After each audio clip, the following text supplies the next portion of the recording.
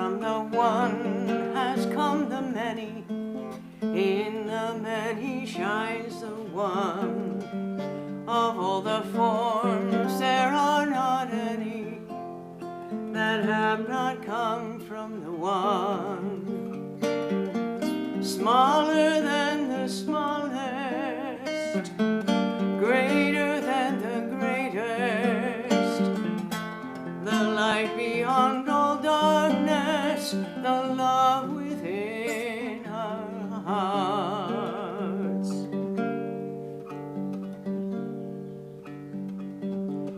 In the stillness of the mountains, in vast skies of brilliant blues, in ancient worlds and modern cities, that wondrous light of lights shines through.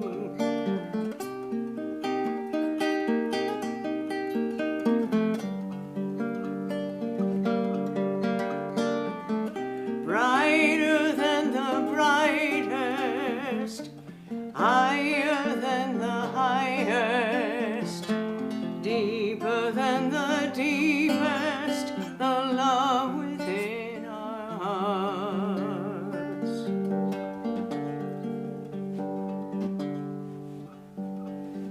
Across this world are many people, so many creatures great and small. We are all children of the Mother. She is the one who made us all. Beauty of all beauty, yet beyond both time and space, still dwelling in each moment, bestowing on us her grace. From the one has come the many, in the many shines the one. Of all the forms there are not any that have not come from the one. Smaller than the smallest, greater than the greatest, the light beyond all darkness, the love within our hearts. Smaller than the smallest, greater than the greatest, the light beyond all darkness, the love within our hearts. The light beyond all darkness, the love within our hearts.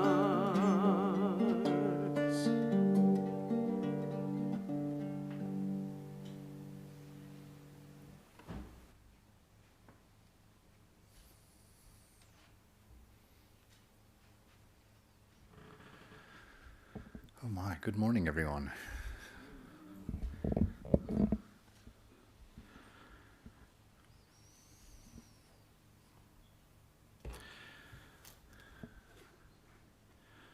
There's a lot to share today. I always have to share the same thing because I always come up, I have way too many notes. You know, I come up with what I think is necessary for the talk, and then I just keep going because I'm terrified of running out of something to say at 20 minutes and thinking, oh my gosh. Of course, that'd probably be a celebration for many, but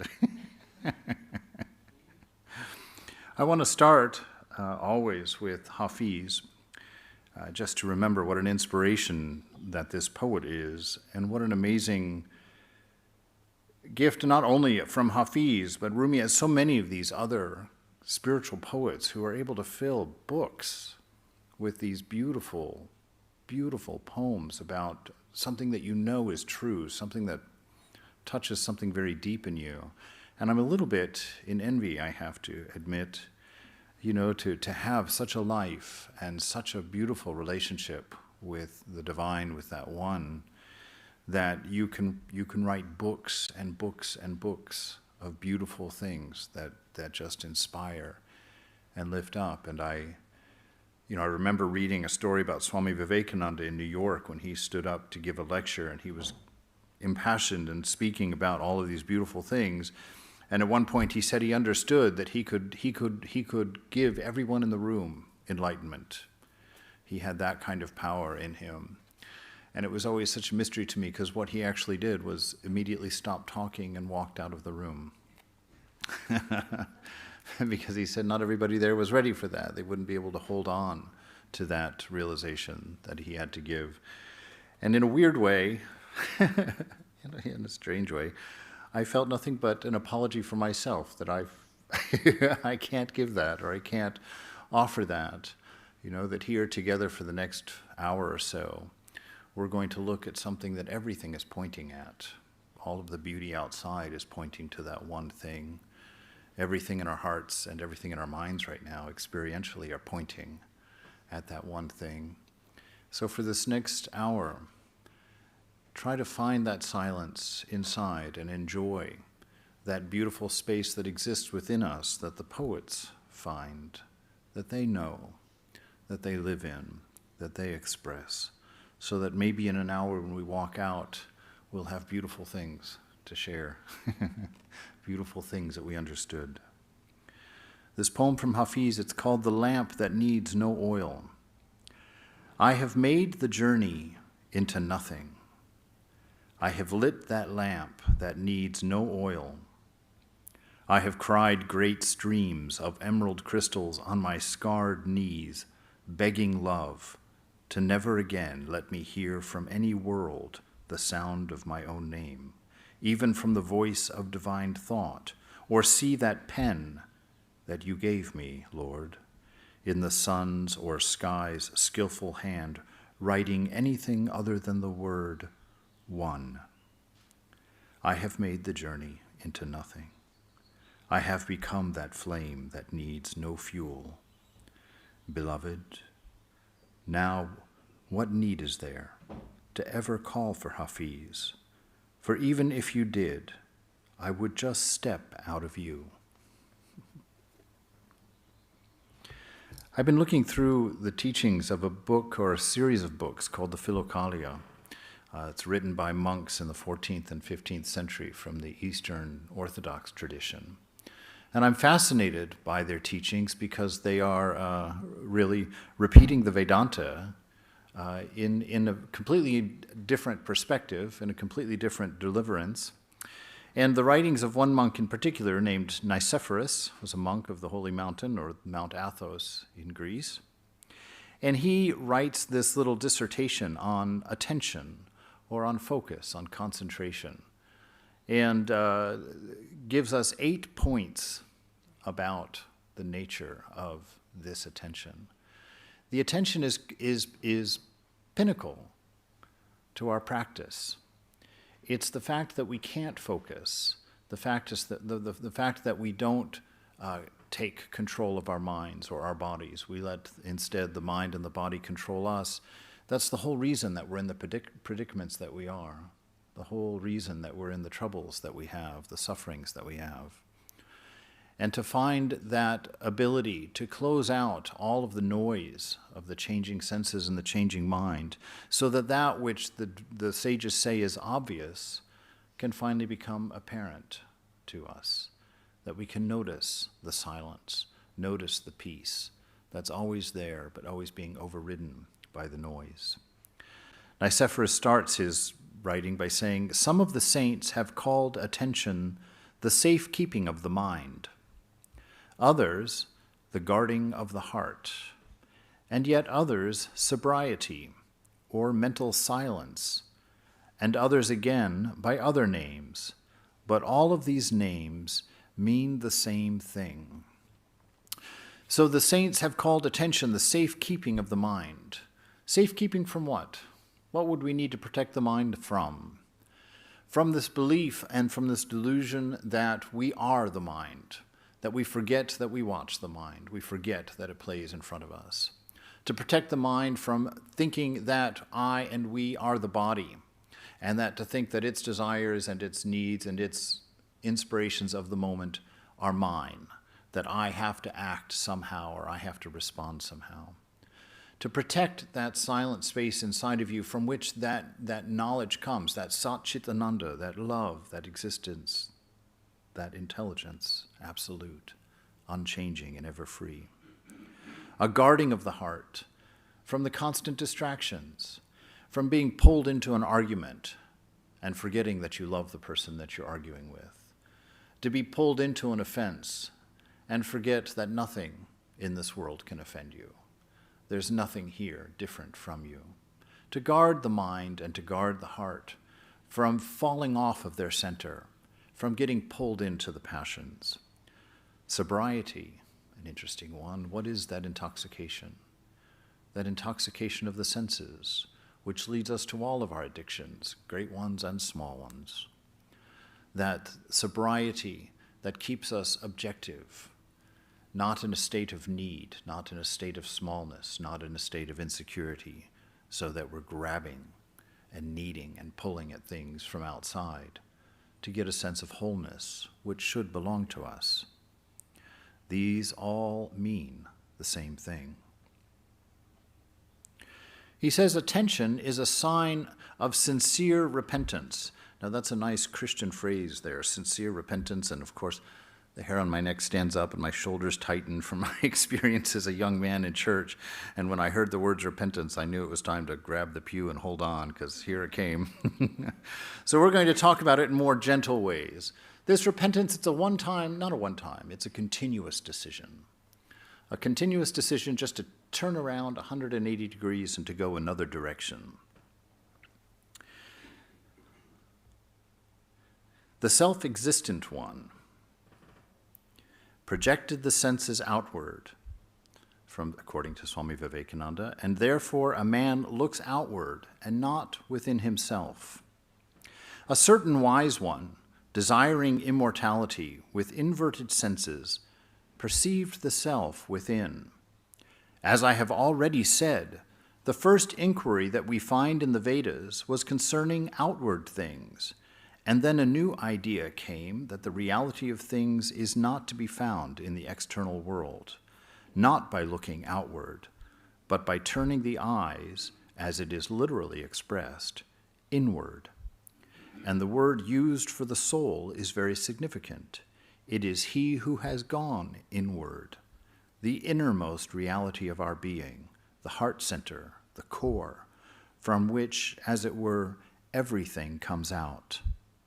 The central sun of which the mind, the body, the sense organs, and everything else we have are but rays going outward. So this is that Vedantic statement of repentance. It's not a matter of these individual little things in the world that we somehow have to find God by putting out all the little fires one after the other that we've lit and have to deal with. It's a central repentance. It's a turning 180 degrees from going out into the senses for the definition of who you are, for going out into the mind for the idea of what you are, for having these limited things, these restricted things, define what you in your essence are. It's turning away from those things, turning every one of them into an ear pointed at the center of the heart, the center of your inner world. It's the most important thing for your life. Everything else will change and fail. At this moment right now, to be able to close your eyes and immediately be at peace and immediately sense the presence of divinity within yourself, a sense of love, a sense of that eternity, a sense of that strength, of that isness, a sense of the eternal moment that we're in, the oneness all around it. To be able at will to stop and to sit in that place is paramount to having a fulfilling life. Everything else exhausts and distracts. Everything else pulls us into that whirlwind of cause and effect. We do things thinking that they will produce an effect that we want, only to realize the effect was a cause in itself for something else. And round life goes. And somewhere around 45 or 50, you sit down and you're gasping, finally. Your body can't take it anymore. And you think, what is this? What is this all about? That point when your life changes from being focused on the future, where everything is in front of you, and suddenly you meet that middle life point where you realize, oh my God, I've got less time in front of me than I do behind me.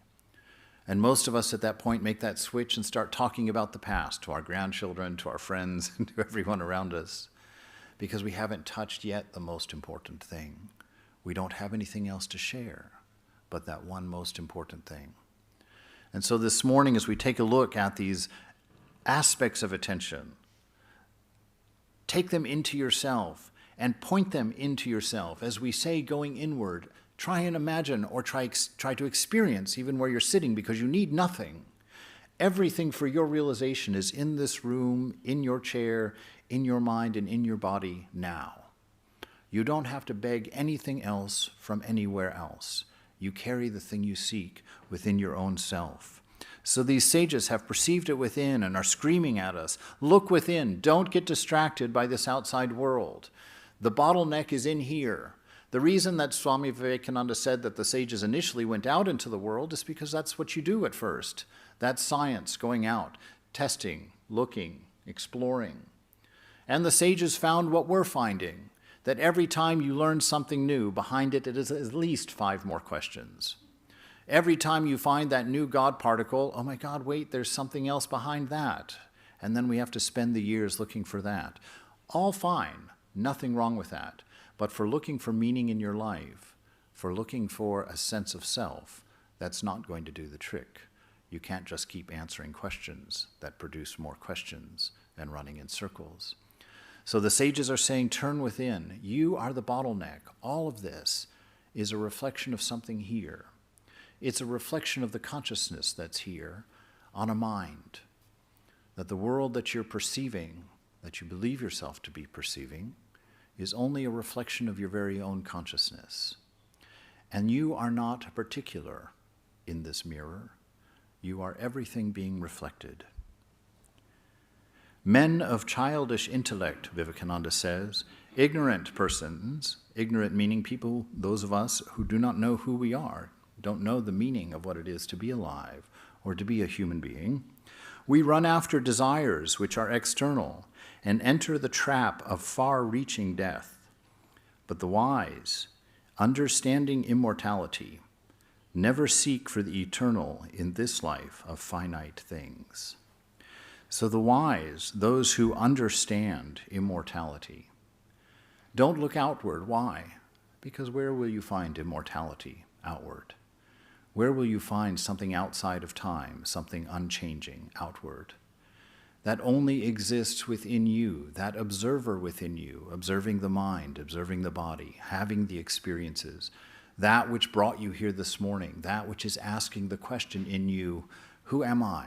What does this mean? What is life about? That questioner, unchanging in all the phases of your life, holds the answer of your identity, holds the answer to what you're looking for. But it's unchanging and subtle, demands nothing. It's ever free and ever pure. But we, seeking that immortality, will have to go inward to find it. The same idea is here made clear, that in this external world, which is full of finite things, it is impossible to see and to find the infinite. The infinite must be sought in that alone which is infinite, and the only thing infinite about us is that which is within us, within our own soul. Neither the body nor the mind, not our thoughts, nor the world we see around us are infinite. The seer, to whom they all belong, the soul of man, he who is awake in the internal man alone is infinite, and to seek for the infinite cause of this whole universe, we must go there. We must go to that inner shrine. You know, this place is one of the most beautiful shrines I've been in, actually. I love this place dearly for that reason. And the peace that exists in this room during the week when you come walking in here and just sit when no one else is here, the stillness in this room, what a beautiful oasis that is. But the purpose of this room is to move into your heart, so that this room can be found in your car seat, in your house, in your cubicle or office, at your work, when you're running through the grocery store frantically late for the dinner you're buying frozen chicken for. To at that time have this place, this temple within you that belongs to you. that is created and nurtured by you. In the time you spend each day in your practice, being alone, fanning the fans of love within you, thinking of things that inspire love within you, and all the time knowing that you are the one providing that love. You are from that which that love emanates. That feeling that you see inside when you see the person you love, the children you love, the relationships and friends that you love. That feeling isn't coming from them. That feeling is coming from you. That recognition is coming from you. If it was from them, everybody would feel the same way about them. But it's coming from you. Seek that place. Touch that place coming from within. Nicephorus goes on to say, attention is the appeal of the soul to itself, hatred of the world and assent toward the divine. This appeal of the soul toward itself, when I read that, I thought immediately of Advaita Vedanta, which quite often we keep Advaita Vedanta and devotional Vedanta separate, two separate paths. We don't mix them. But one of the most interesting, not most interesting, but very interesting thought occurred to me one time as I was praying, as I was sitting there in prayer and in this sense of presence with the divine. I kept thinking, who am I talking to? Who am I calling out to? What is the nature of this experience right now? And as I brought in some of those Advaitic ideas, I thought, well, in reality, I'm praying to the part of me that I haven't accepted as a part of me yet. I'm praying and calling out to my own self, the self of me which runs my conscience, the self of me that wants to be the better person, the self of me that is tired of being caught up in these unnecessary things, that part of me that's tired of not being in control, getting angry, being jealous, feeling alone, feeling small. I'm praying to that wholeness that I've forgotten. And I thought, well, that's a very beautiful and very challenging idea, because if I'm asking my own self that I haven't accepted for all of these things, who is there that's going to fail? If I'm praying to myself for success, who is it that's blocking my success? If I'm praying to God that I'm strong, that I be strong, who's making me weak? It's that self-same person, the I, me. And that oneness that I'm seeking is not just this lauded oneness of all things.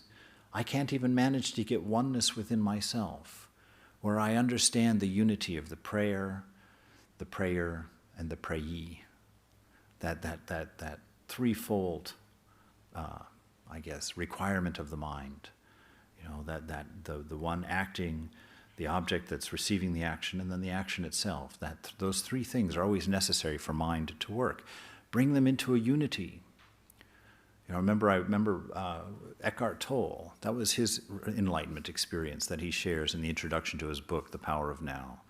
You know, he woke up depressed in the middle of the night, and he heard the thoughts of his mind say, I can't live with myself anymore.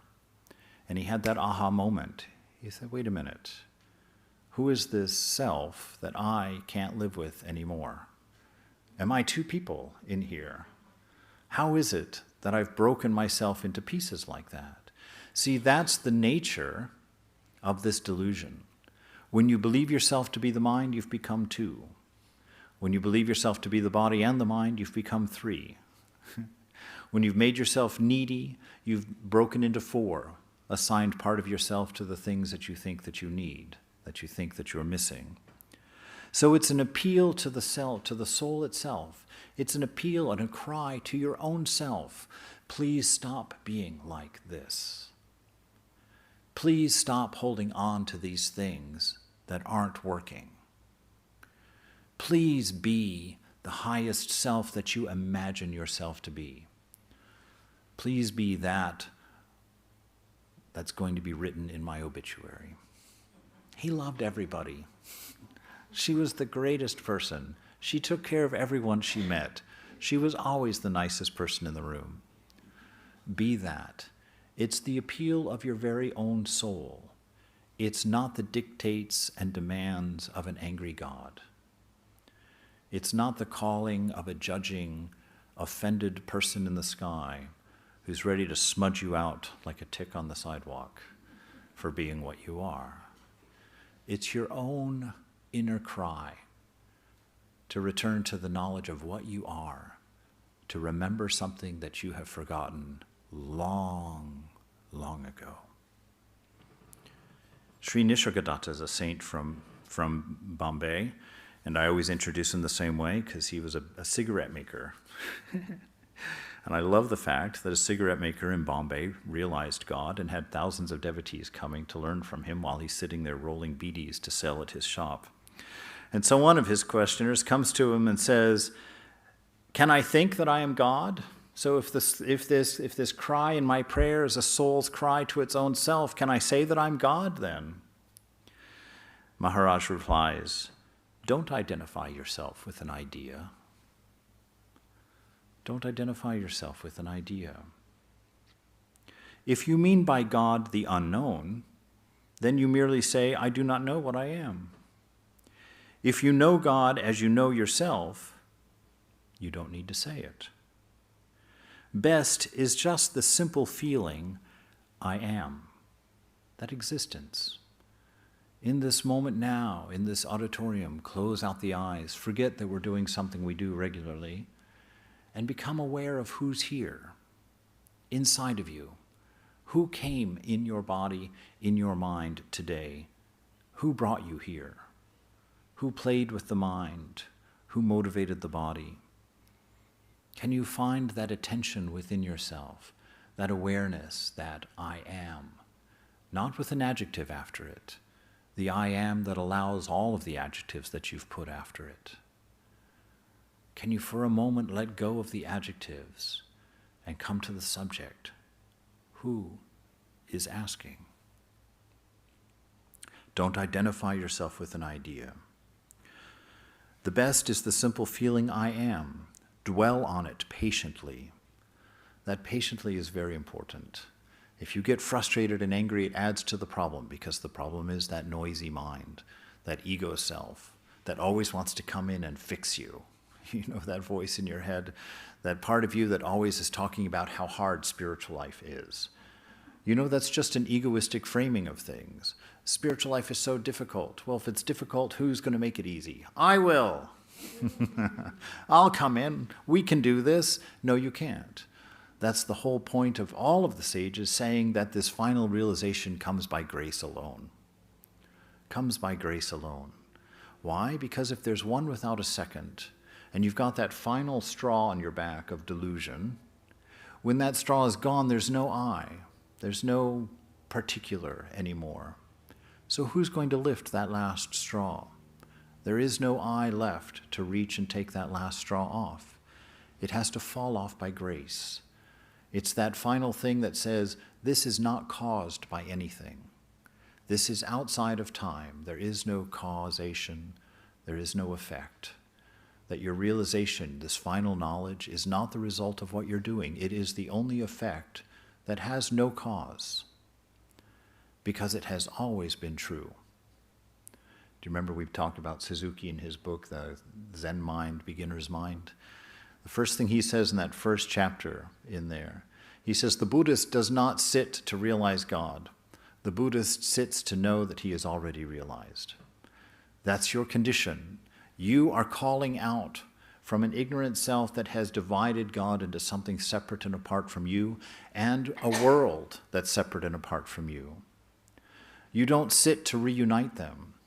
You sit to realize that you have always been a part of that oneness, and that this idea of separation was unreal, was not necessary. Sri Nisargadatta here, he also says that those things that you know fully, you put them inside of yourself. Those things that you fully know. Those things that you don't fully know, you put outside of yourself. That's why the world seems to be two.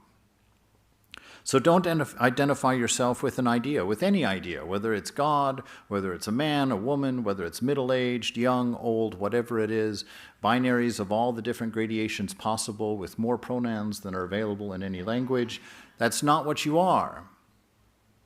That's not the beautiful thing about you. It's just a thing about you.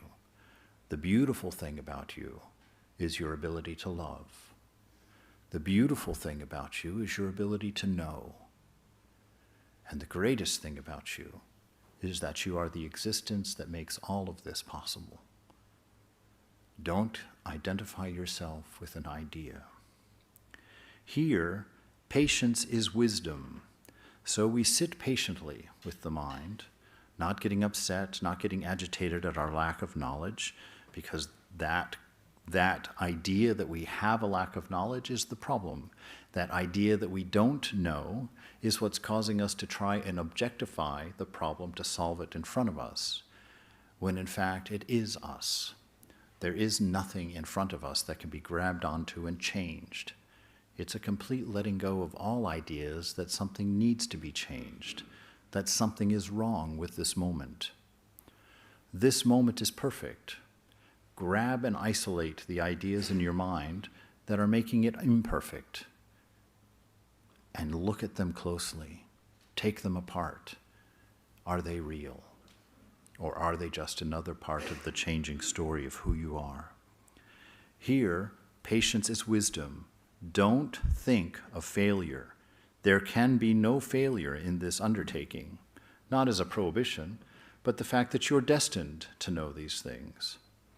That's the beautiful thing about the divine. The divine is bringing everything to this oneness. Nobody will be left behind. It's just a matter of time. It's a matter of sincerity and earnestness. How much do you want it? That's the only indicator about when it will come. He says, there can be no failure in this undertaking, and the questioner comes back to him and says, but my thoughts won't let me. I sit there and immediately, whoosh, they're all just right in there, just having a big old party, tearing everything up. Maharaj says, don't pay any attention to it. Don't worry about it. Don't try and quiet your mind. Don't try and become an ego acting on something else. Be in that state of oneness. He says, pay no attention. Do not fight them. Just do nothing about them. Let them be, whatever they are. Your very fighting them gives them life. Why? Because to fight them, you have to share your own sentience with them. When you sit there and think, who's the one thinking? Is there ever more than one person thinking in your world? That is the one, but that one identifies with a body, and suddenly the half of your sentience goes to the body. And when your body wants some food, boy, you'd better get up and get it. And then you believe yourself to be a mind. So you've split now your sentience into 3 parts, and you've given part of it to your mind. And so your mind is now awake, and it has a sense of I, a sense of existence, a sense of being that it's getting from you. And now it fights you. No, I don't want to get up right now. I'm going to be late today. I don't care. I got up early yesterday. We break ourselves into these different parts, and we become our own enemy. We become our own destroyer, our own, what do you call that? Someone who's a saboteur. That comes in there and undoes the thing. And that's the part that the soul is crying to itself about. Stop. Stop. Stop. It's not necessary. You are what you seek. Pay no attention. Don't fight them. Your fighting them gives them life. Just disregard them. Look through them. Remember to remember. Whatever happens, happens because I am. Focusing on the witness is the important thing. Understand that these thoughts arise in you and fall in you. That when they're out of your light of awareness, they're powerless and have no independent existence. The mind that holds them is not sentient. It is borrowing your sentience. It does not have a power over you. It cannot convince you to do or be anything unless you are splitting your awareness with it, splitting your sense of being with it, and making it live. And the danger about fighting it, I've shared this before, there's only one reason to fight within yourself. And unfortunately, that reason is because you want to lose.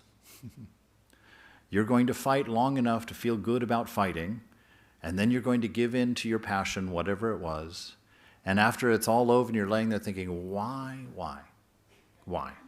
did I do this? What? And you're left without words, right? You're left without words. But then you'll remember, your ego will come in to patch it up, to fluff you up. He's going to say to you, or she's going to say to you, oh, you fought so hard. You made it at least twice as long as you did yesterday. There's progress. You're moving. It's going to be all right. Hang with me, and I'm going to get you there. Right? This is the nature of it. Don't fight it. Let everything that is happening, let the struggle itself, put your attention on the observer, the I am, the sense of being, the name of the divine, the name of God. Find that within the heart, within yourself, and establish yourself there. So that, like we said last time, when you're walking down that busy street and there's that cacophony of colors, noise, bodies, beauty, hideous, homeless, rich, all around you, making all kinds of noise. Your favorite car drives by. Normally we walk along and we're completely tossed and thrown by all of it. Ooh, oh, wow, did you see, oh my God, no. We're completely out there, involved in all of it, breaking ourselves into 1,000 pieces of experience. The next time you walk, try to remember the sense of I am that's within you. That is allowing all of this to be amazing. That is allowing all of this to be vibrant and vital and alive. But you remember the self that's emanating this consciousness that's being reflected to you through your senses and mind. Sit in that place, and there your bliss becomes aware to you, becomes visible to you. That peace that passes understanding that all the scriptures keep talking about is available to you. Because it's the cacophony out there that causes the ripples of me and mine in your mind to make things rattle and shake and make noise. So find that place of peace. Become identified with that.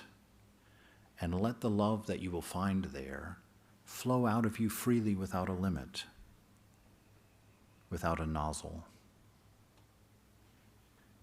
He goes on to say, let it all remind you that you are. Take full advantage of the fact that to experience, you must be. You need not stop thinking, just cease being interested. It is disinterestedness that liberates. Don't hold on. That's all. The world is made up of rings. The hooks are all yours. Make straight your hooks, and nothing can hold you. Give up your addictions. There is nothing else to give up. Now, when we think of addictions, we normally think of the big ones, drugs and alcohol. Those aren't the addictions he's talking about here. The addictions are your preferences, your requirements for a good environment. It's got to be quiet in here. I've got to be respected in here. I have to have my favorite clothes. I need a haircut at least every 30 days. It's these things that feed the ideas of your smallness, that feed the ideas of your particularity, your separateness. Those things that make you the personality, that winning personality that you're trying to present in that job interview. That's the trouble. That particular self, the self that's defined by limitations and restrictions, defined by aversions and attractions. I want, I like, I don't want, I don't like. The bouncing back and forth between them. That part of you that wants temporary things to be permanent and goes and tries to build permanent conditions in an ever-changing temporary world. All misery comes from that alone, from believing there's something outside of yourself necessary for your fulfillment, necessary for your peace. Give up your addictions. There is nothing else to give up. Stop your routine of acquisitiveness, your habit of looking for results, and the freedom of the universe is yours. Be effortless. There's nothing to do. You are already that. Stop trying. Stop arguing.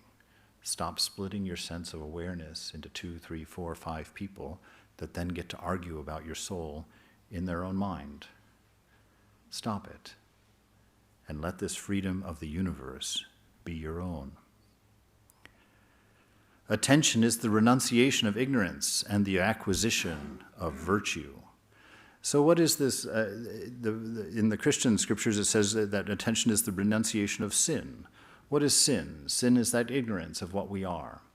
It's thinking that we're material, thinking that we're limited, thinking that we're man or that we're woman, and holding on to those identities which are limited and therefore make us needy. Why? Because in truth we're infinite. In truth we're both man and woman. In truth we're both here and there. There's nothing outside of ourselves. We are the same person in every person. We are looking through every set of eyes, that one eye shared by all of us. So it's the renunciation of that which breaks us into multiplicities, which makes diversity necessary. He says, to feel that one is a free soul is very good, Vivekananda says. By constantly repeating, I am free, a man verily becomes free. On the other hand, by constantly repeating, I am bound, I'm stuck, I'm weak, I'm small, he certainly becomes bound to worldliness. The fool who says only, I am a sinner, verily drowns himself in worldliness.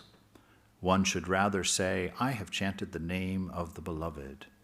How can I be a sinner? How can I be bound? What you think is what you become. This temple was not always here. At one point, it was an idea. Someone woke up in the morning and said, I think I want a beautiful temple in my yard. Maybe I should hire an architect. That architect sat there, and in his mind, in his imagination, was this beautiful temple.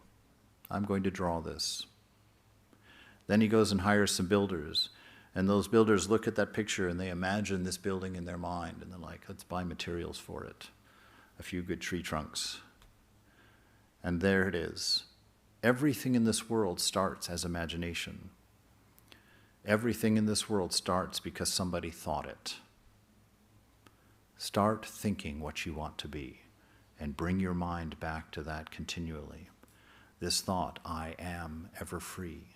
I am ever pure. I am love itself. And as you sit there absorbing this idea of I am love itself, when the body wants to act in a way that's selfish, when the mind wants to take in a way that's selfish, there's going to be a ting. I'm pure love. I am the person that I'm trying to hurt. I am the person I'm trying to help. I am ever free. I am ever pure. I have chanted the name of God. How can I be a sinner? Attention is a non-doubting certainty of remission or the cancellation of a debt of sin. Now this is the beautiful aspect here that I think is necessary not because of an angry God, but necessary because of an unforgiving mind that we have. You see, in Corinthians, in the New Testament of the Christian Bible, which we'll go with at the moment because it's beautiful, God says that love holds no record of wrongs. Now, when I first read that and associated it with 1 John, where it says God is love, I thought, whoa. If God holds no record of wrongs, who is this guy that the preacher's screaming at me about all the time, about all my wrongs, about all my shortcomings? If God is love and love holds no record of wrongs, who's keeping the checkbook here? Who's keeping track of these things? Who is it that feels guilty? It's you, your own mind. Your own mind is trying to do you a favor of bringing you home. Unfortunately, it likes to be the guide. Unfortunately, it doesn't understand that all it has to do is retreat to silence, and you will see your home. You will see your nature. It's an attention, it's non-doubting, absolutely knowing that yes, I'm full and I'm whole. Why? Because of mercy, because of grace, because the nature of everything is love. And I will sit here and I will think about that until I know it, until it's obvious to me, until I can see the love in every action, till I can see my own I, the own me, looking out through my friend's eyes, and understand that I love them and that I can love everybody equally, regardless of whether I call them friend or not, because that love is mine and it's infinite and it can come and be given constantly. But it can only do that when you don't shrink and shrivel into the limitations and restrictions of a personality, of a body, of a mind. Attention is non-doubting the certainty of this forgiveness, of this grace. There's a beautiful story here. I love this story. We always pick on prostitutes. They're always somehow our example of great grace. And so here's another story about this woman who considered herself to be a fallen woman, and she meets Swami Brahmananda. And this is her own telling after Swami Brahmananda died of that experience. She comes into his room, and she says, "What kind of holy man is this? A worldly man would not feel such concern for his sons and his daughters, let alone me. Who am I? Where was my place in society? Down at the bottom. I had nothing to expect from the world but hatred and indifference. I had no friends. I had no relatives. This big world seemed to me to be like a stranger's house. Nobody talked to me without a selfish motive. Nobody looked at me without a selfish desire. There was none in this world whom I could call my own until this day." And with that undeserved care and affection, Swami Brahmananda made me his own. I never saw my father. He died before I was born.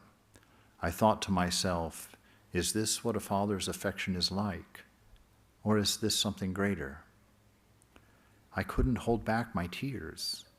My lifelong sorrow melted as the tears fell from my eyes, and I realized, here is my refuge. Here is someone to whom I am not a sinner. I am not an outcast. I am the daughter of Maharaj. He who has none is Maharaj's own. He is my Maharaj, my Father, my heaven, my peace, my God. We had read books at how Sri Chaitanya and Nityananda came to earth to save the fallen ones. Today I've had such an experience for myself, the infinite grace of Maharaj, as if Maharaj had come for sinners like me. There's nothing to fear, daughter. What fear can there be for the Lord's children?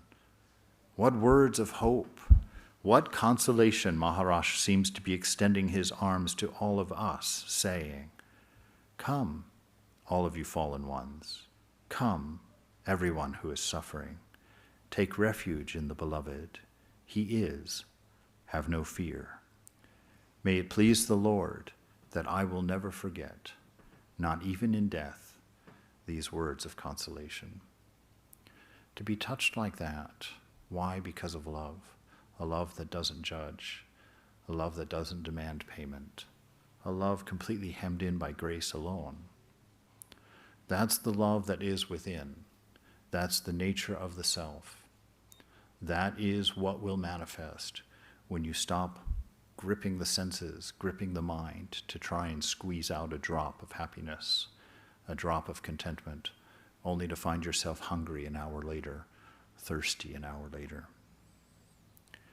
Attention is the beginning of contemplation, or rather, it's a necessary condition for this contemplation. Through attention, the Beloved comes close and reveals himself to the mind. So it's through this awareness, paying attention to that inner world, that inner space that you live in, but are completely being distracted from by the outside world, by the world of senses and mind.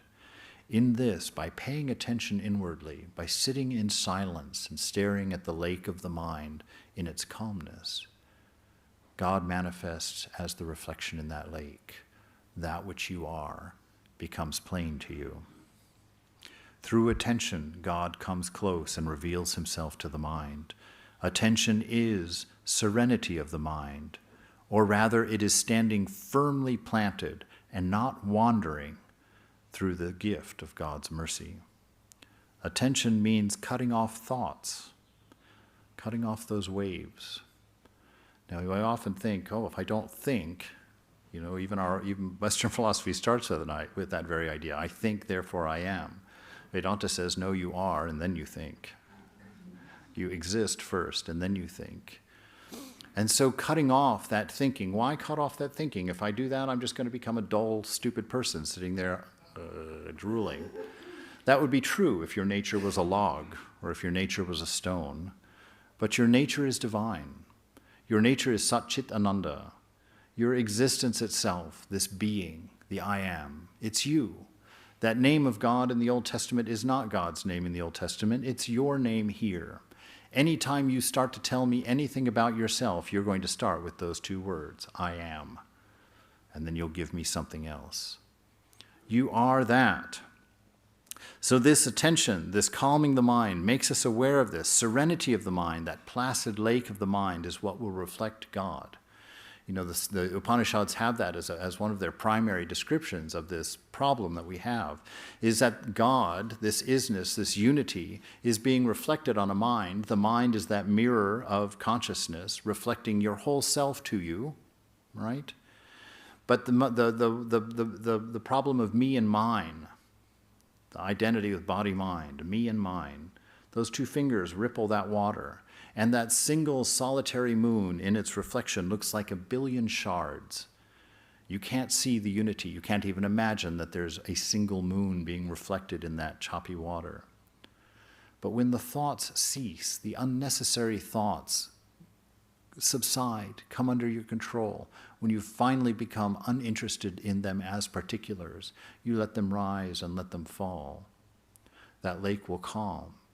And in that calm, what was 1,000 shards will become a singular instance of love, of being, of knowledge. So in your silence of mind, in cutting off your thoughts, you don't become nothing. You become everything. And you don't become it. You realize you always were it. Nicephorus goes on and he says, if, however, in spite of all of your efforts, you do not succeed in entering into this realm of the heart, as I have described, do what I shall now tell you, and with God's help, you will find what you seek. You know that in every man the inner talking is in the breast.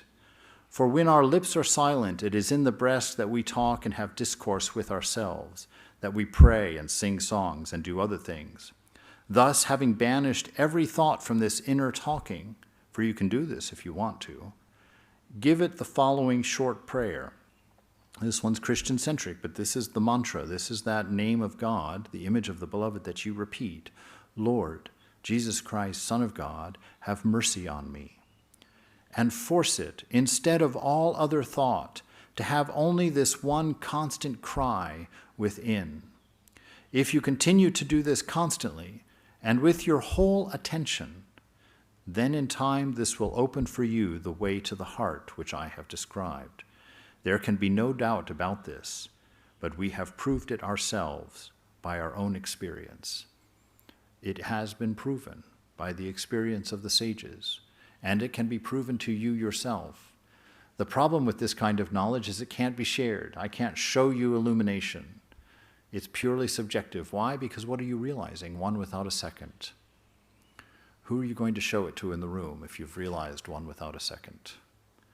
This isn't something that you can go and show someone. The sages say, if you don't believe, fine. You don't have to believe. Do the work. Do the experiments. Do the practice. And you will see for yourself. All it takes is attention, focus, and a desire to know. We have proved it ourselves. Therefore, this attention, this isness, this is the origin of faith, the origin of hope, and the origin of love. Since he who has no faith cannot bear all of the afflictions coming from outside, and he who does not suffer them willingly cannot say that the divine is my refuge and my fortress. And he who has not the Almighty as his fortress cannot be truly sincere in his love for the divine. So just as a man has been away from home When he returns, he is beside himself with joy at seeing again his children and his wife. He embraces them and cannot talk to them enough. So the mind, when it unites with the heart, is filled with an unspeakable joy, an unspeakable delight. Then a man sees that the kingdom of heaven is truly within us, and seeing it now in himself, he strives with pure prayer to keep it, to strengthen it there, and regards everything external as not worthy of attention and wholly unattractive. So unite the mind with the heart, with this love, with this knowledge of a self that's not divvied out by the time of the senses, by the machinations of mind. That isness, the I am, the eternal present, this moment that has no beginning and no end, is what you are. You are not in the world. This world is in you, very much like a dream. If you're in the dream, you're asleep. When you know the dream to be within you, you're awake. The invitation of the sages is to be awake. Know that all of this is one without a second. And you in your infinite self, your egoless self, your self that is always free, ever pure, ever beloved, is that. Take a few moments to think about these things.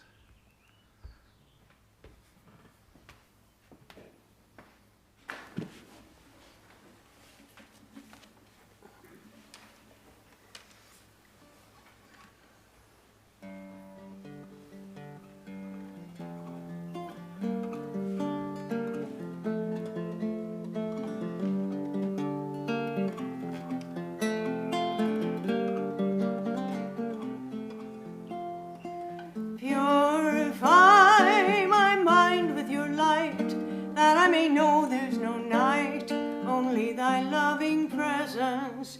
Give me power of sight to know what's wrong and what's right, that I may soar in flight to that one without a second, that one without a second.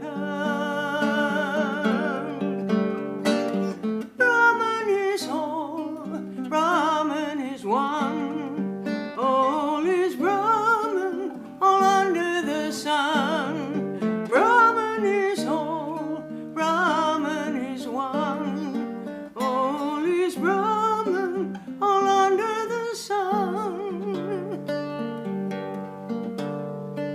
You give the power to speak, the rhythms moving our feet, the wind that moves our breathing. You are without and within, my mother, father, and friend, my dearest beloved, my dearest beloved. Brahman is whole, Brahman is one, all is Brahman, all under the sun. Brahman is whole, Brahman is one, all is Brahman, all under the sun.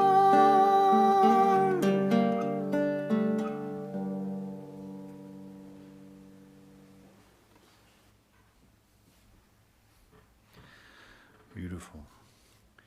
All right, well, the temple here obviously is here for you to investigate these things, to have a place to come and just help the environment, keep your mind aware and help you move toward these realizations, these understandings.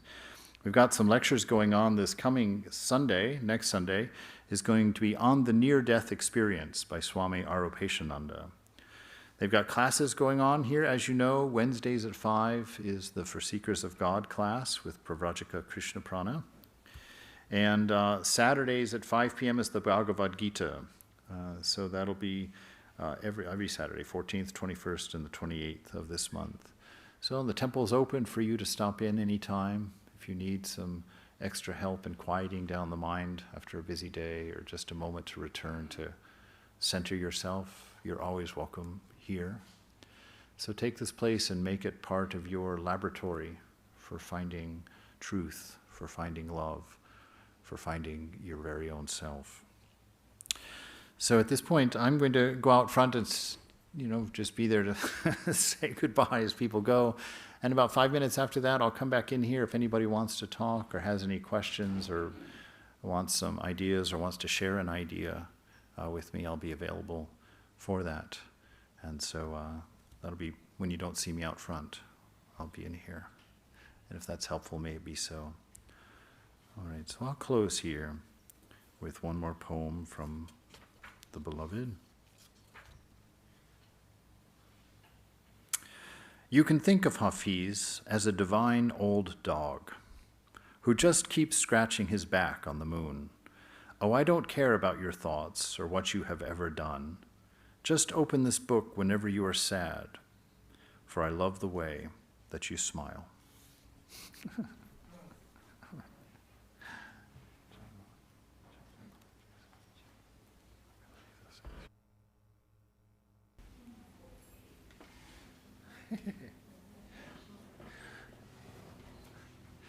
All right.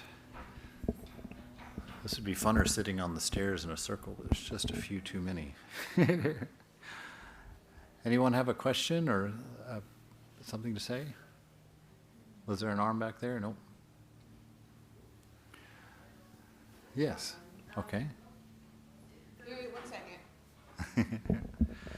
We have to do this because we're streaming everything. If they won't, they can hear the answer, but they can't hear the question.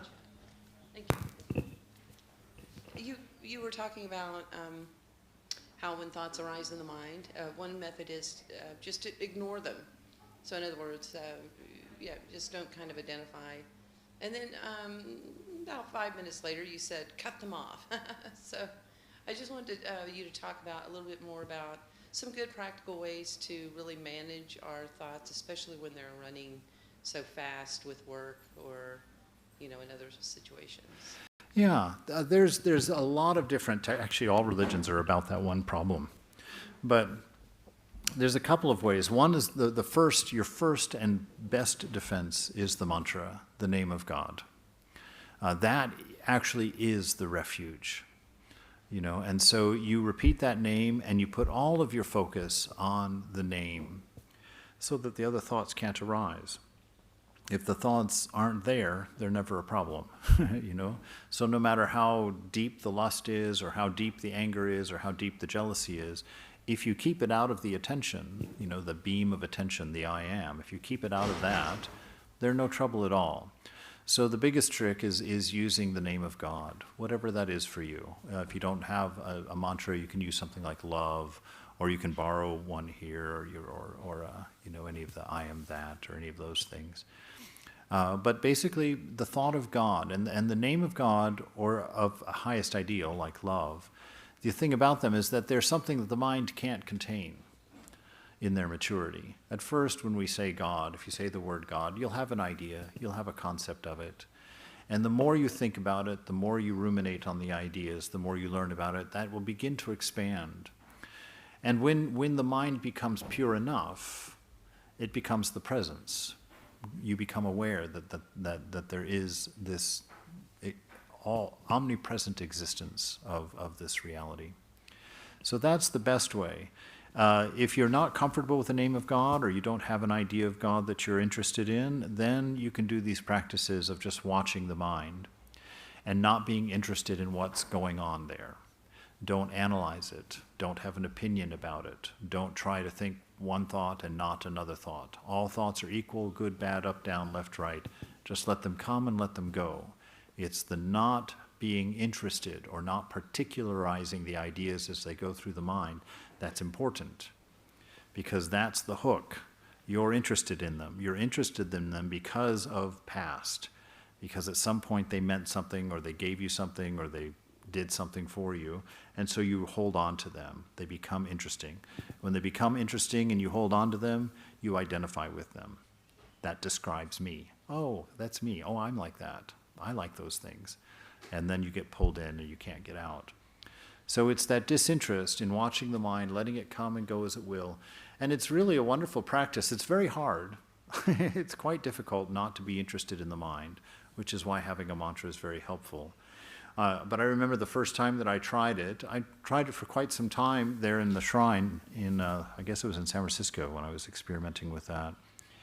And you sit there and you come to a place, you just watch these thoughts come and go. And as you really stay separate from them, not cognating, not thinking, not processing, just observing with that disinterest, you will become aware of a small, at first, a very small tickle of bliss, a little bit of happiness that sort of like a little seed is trying to sprout, trying to come up through the dirt. You can feel that. Ignore it. It's a thought. It's just a thought. I warn you, because that's the hysterical thing, is you'll be sitting there watching the thoughts, you'll reach some sort of equanimity, some sort of disinterest, some sort of sense of separateness from the mind. And then the thought will come across the mind, I'm having a great meditation. And you'll think that the I in that thought is you. And you'll be like, oh, I'm having a great meditation. And boom, gone. The problem with it being gone is now you're going to look for it. When you're looking for something, you can't find it, because the thing you're seeking cannot be objectified. It can't be placed in front of you. It can't be grabbed onto and studied. And so don't try and grasp or attain or do or be. Just simply observe and feel the observer as the undefined observer. And let the truth come of its own accord. You don't have to discover it, you don't have to think it, you don't have to analyze it. You just have to observe it. It will manifest, just like that the Nicephorus said there. God reveals himself in the tranquil mind.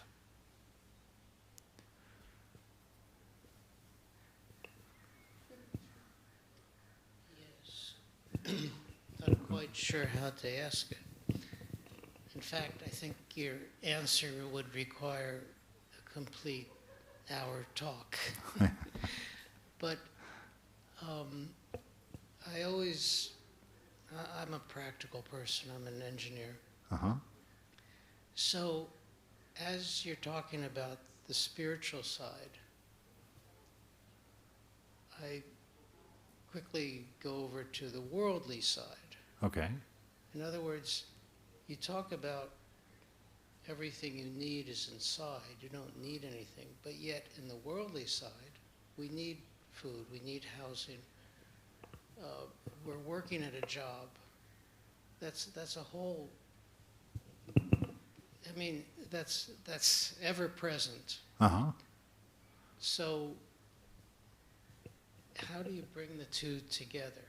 If you see what I'm getting at. Yes. Well, there's actually not any need to bring them together. They are together. In Sanskrit, there's not even a word for secular. There's nothing is secular. And so wherever you are, there you are. If you are aware of that and you can stay anchored in that, then you'll come to see that it's not you that needs a shelter and a house. It's the body. It's not you that needs companionship and friendship and entertainment. It's the mind. And so you come to this sense of self which is separate from body and separate from mind.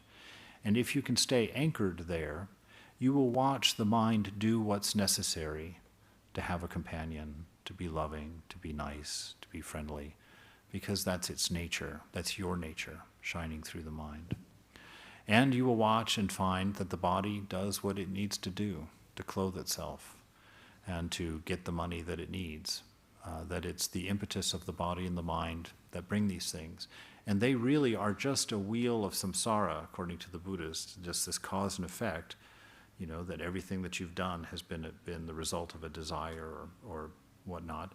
But you come to realize at the highest realization, this is not something that we can even hardly really talk about, that you are not the doer, that all of this is going on, that there is no material world, and that you would manifest regardless of whether you were identified with it or not. It's like a dream, right? If the sages say, so if you're in a dream and you're doing your engineering in a dream, you're very busy. Your experience in the dream will be very much like your experience here. You'll be very busy what you're doing, thinking that you need all of these things and all these things need to happen. But in reality, it's a dream. And you are not the person in the dream who's working. You're the person laying in a bed who's dreaming. You begin to know that you are not an entity in the dream that needs the environment of the dream to survive, to provide it shelter and to provide it food and all of these things. You come to realize that you are sound asleep in a bed with no hunger and no thirst, in perfect rest, not needing anything. And yet the dream will go on. So what we're trying to do is in this dream, become aware that it's within us and that our nature manifests, not in the sense of doing in the sense that there's an effect that we need to provide a cause for, but in the sense that things happen as they are in front of us. And to accept them and have no attachment or expectation for their outcome. We take them as they are, we recognize them as divine, we do them as worship, we do them as perfectly as we can, simply because it's our nature to do things perfectly, with excellence, with attention, with care. And as soon as it's done, we move to the next thing that the universe puts in front of us. And we do that thing excellently, with care and with attention, because that's our nature, it's what we are. And we move it aside, we do the next thing, and the next thing, and the next thing. And at the end of the year, you get your award for being a great engineer, not because you wanted it, but because everything that was in front of you was done as an offering to love, as an offering to your divine nature, with full attention and full care. And your fulfillment will be because you were able to manifest yourself unlimited, without restriction. And that itself will provide that which you seek, that contentment. I don't know, does that touch anything that you're asking, or? It's a partial answer. Okay. Yeah, all of these things take a lot of practice. And it's not very satisfying to say, oh, it will happen of its own accord because you are not the body and mind. And yet, that's what the sages say. That's why it seems difficult to us, because cause and effect seems so obvious. And yet, it's not. Sri Nisargadatta Maharaj says, what you call cause and effect is merely repetition. Holy Mother says also, she says, if you deserved to be run through with a sword, if you accept grace, if you work in a world of forgiveness, you may just get a pinprick. That this cause and effect isn't written in stone. It's not necessary. And the best way, or the enlightened souls say, that if you can just stop having expectations, stop trying to get something through your actions, you'll come to realize that you already have all that you're needing. The actions will happen of their own accord. This wheel of samsara will continue to roll until you know that it's not yours, until you know that you're not asleep. And you wake up into that oneness and realize that everything in the dream was you, that the distance between mountains was never greater than the distance between your ears in the dream.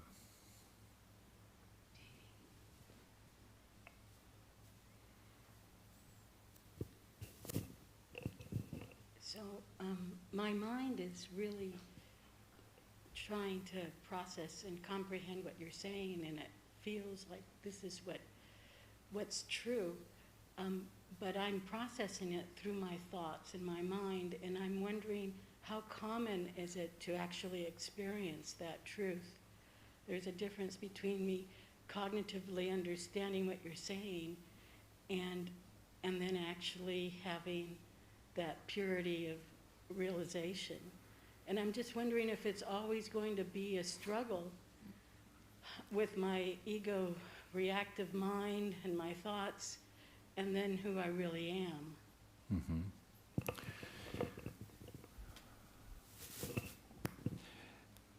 First of all, it's good to know that you're realizing that it's not a thought castle that we're after. It's not an arrangement of thinking that we're after. That we're after really just the disassociation, that doesn't matter.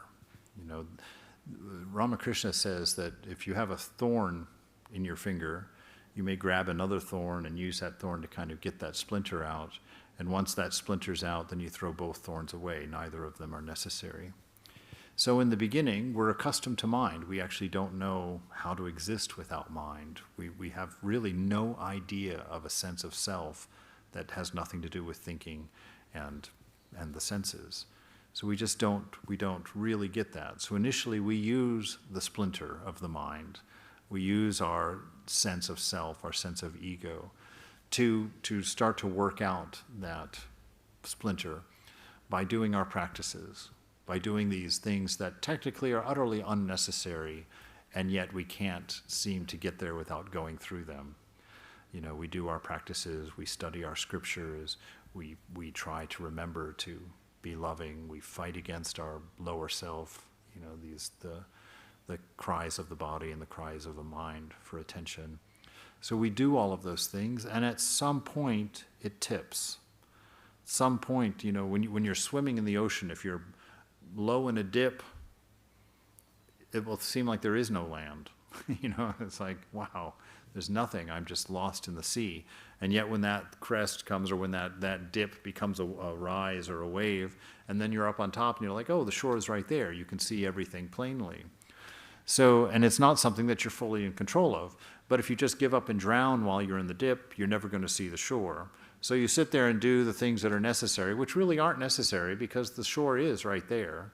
It's just your ignorance blocking it. So you have to sit there and you have to keep swimming, you have to keep breathing, you have to keep yourself above the water.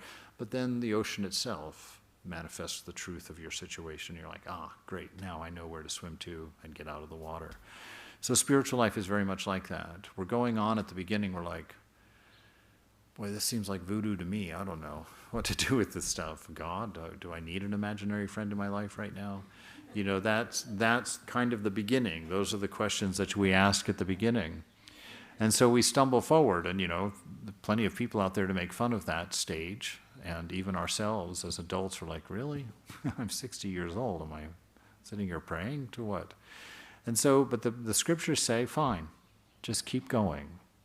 Keep going. At some point, that swell is going to rise, and not because of what you've been doing, but because what you're doing was necessary to be there when it was presented to you, the picture opens up for you. You grab a bit. Usually realization comes like a light switch in a room, even if it's been dark 1,000 years. Mother says when that light is switched, the illumination is there. But she also, at different times, you know, it's not an on or off binary situation.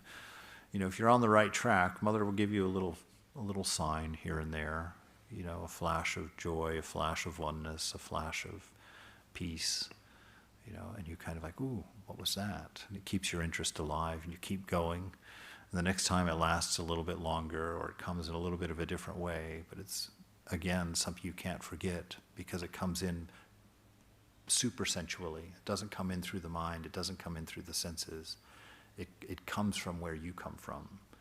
That's the nature of spiritual experience, and that's why it can never be forgotten, and it's also why you're never the same person after it happens, because it in contrast makes you realize how unreal this interpreted world is.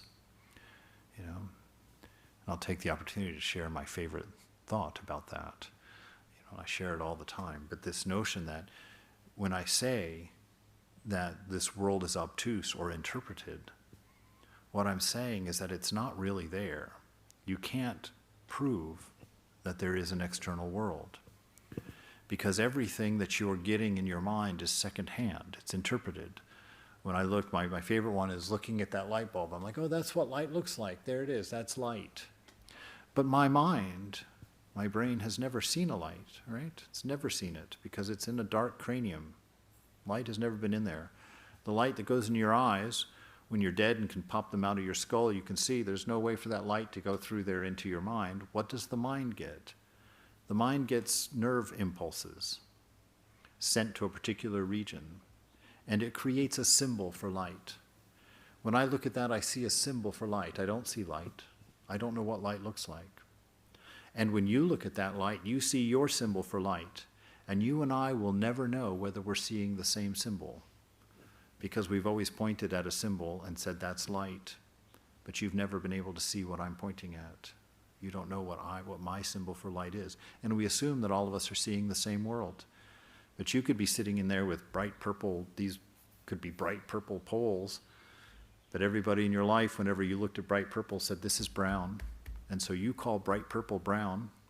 And when I look at them, they're this lovely shade of tan, you know. And I see in my world what you would call tan when I look at them. But we will both look at it and say, yeah, they're brown, and think that we've communicated, think that we've shared something. But we have no way of validating what we have experienced or what we're seeing in our mind. And it's like that for all of your senses. All of them are interpreted. And all of this, quote, external world is merely an interpretation of mind in a world of symbols. The mind has created a symbol for all of the nerve impulses that it's receiving from who knows where, and showing us the world, showing us this external thing. And yet it's not external. It's completely manufactured by your own mind. So you live in a mind and not a world. That's a weird thing to think about. It's a weird thing to come to understand. And yet when you put it in the context of what the sages are saying, it makes all the sense in the world. They're saying that unchanging self alone is real. All that changes is unreal. It's just a reflection of that one unchanging thing that seems to move because of your identity with it. You know.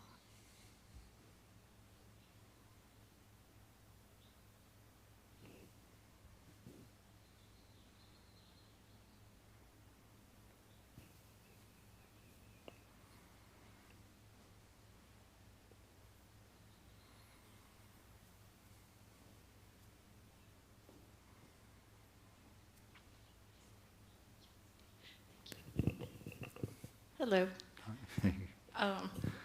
Was just wondering if you could speak to bhakti, like the path of bhakti. Sure. Yeah, the path of devotion, the fastest and most effective way to God, according to Sri Ramakrishna. The special thing about bhakti is that the path and the destination are the same, that love is the goal and love is the means toward that realization. And so in bhakti, one way to speak about bhakti is you're trying to sit in the shrine of your own heart, in the presence of your own highest ideal, your own beloved. And you're sitting there and your whole effort is to pay full attention to your lover, to not have any deviating thought come in from any other direction, but to sit only in the presence of your lover and not think about your lover, but just experience being in the presence of your lover. This is when I love to tell that story. I went to, was the Guggenheim in New York City, and I went up to their cafe. Art museums always have the best cafes.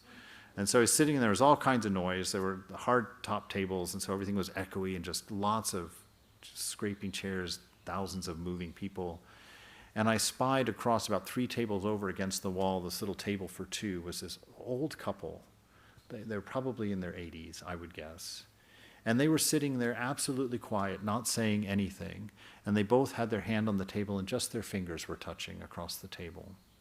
They said nothing.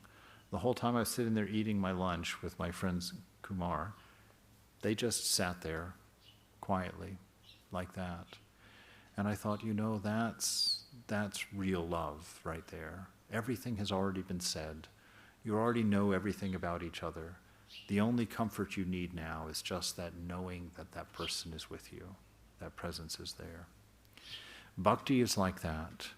It's coming out, it's coming into that shrine of the heart, and through your years of living and struggle and fighting, all the prayers that have gone back and forth, the words are no longer necessary. God, you know that your divine presence lives your life even before you do, is intimately familiar with every struggle, with every pain, with every thought that you've ever had, that this divine presence is still born of love alone for you, acceptance alone, and has an infinite grace for you.